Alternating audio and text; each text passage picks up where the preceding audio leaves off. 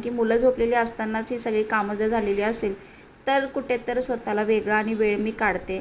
त्यामध्ये मग मी माझी एडिटिंग, काही पुस्तकं वाचणं वगैरे हे करत असते. हल्ली काय झालं आहे ना, की इतकं निगेटिव्ह इन्व्हायरमेंट आपल्या आजूबाजूला असतं, त्यात आपण स्वतःला मोटिवेट करणं खूप गरजेचं आहे.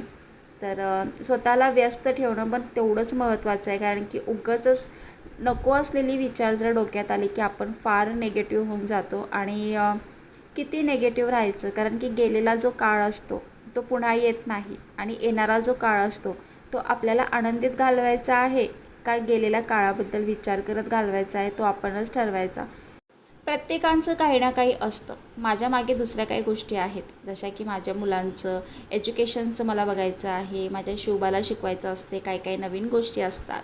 तर त्यात पण मी व्यस्त असते, म्हणून माझा वेळ कुठे निघून जातो मला कळत नाही. आता वैष्णवीची स्कूल पण चेंज करायची आहे. खूप साऱ्या गोष्टी डोक्यामध्ये